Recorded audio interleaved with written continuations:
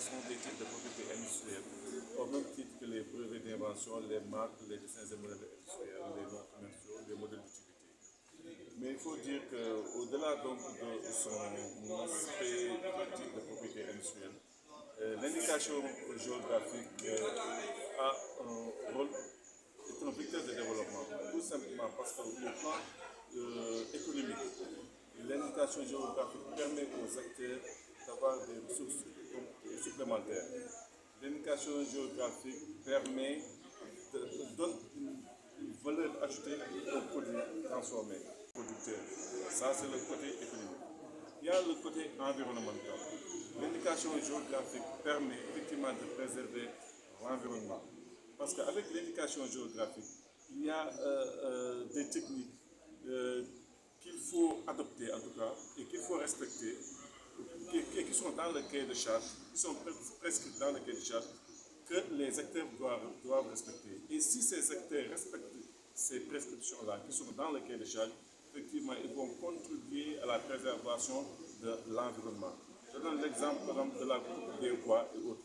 Effectivement, par rapport aux indications géographiques, peut-être il y a une façon de faire de la cueillette, par exemple. Si je prends l'exemple du marbre de Casamance, qui est la première indication géographique du Sénégal, effectivement, même pour cueillir en fait, ce fruit-là, il faut une certaine méthode de cueillette qui est presque dans le cahier de charge.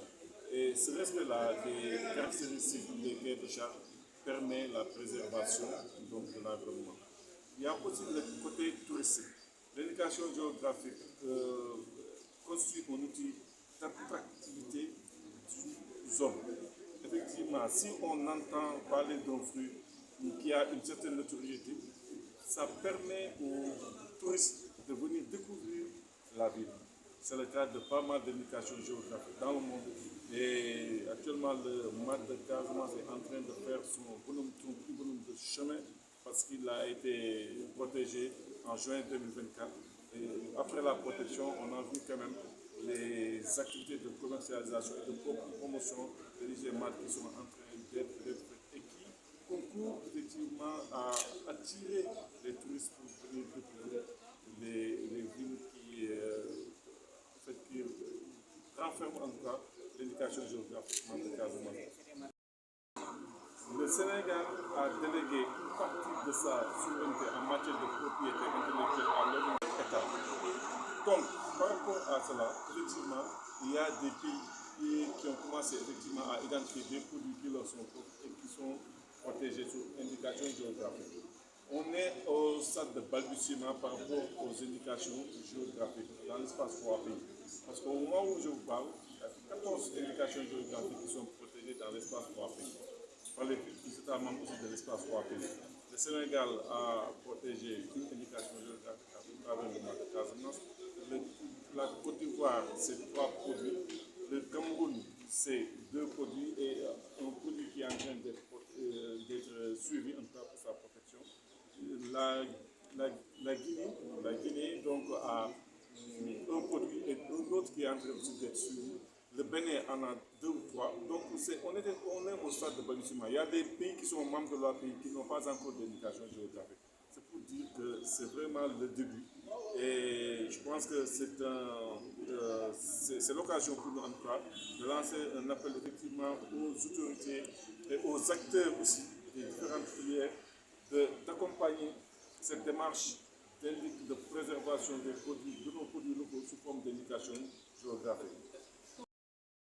Diawara, ancien recteur de l'Université à Saint-Sept de Ziguinchor.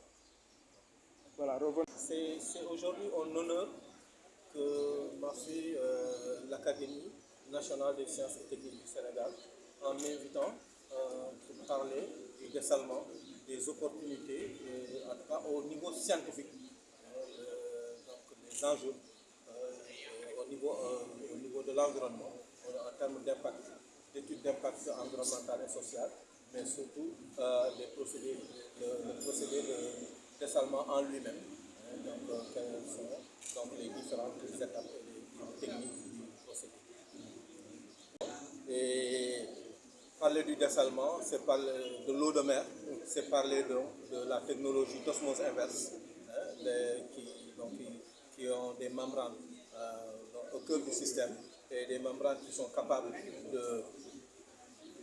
d'éliminer l'essentiel des éléments qui sont au niveau de l'eau de mer pour produire de l'eau douce.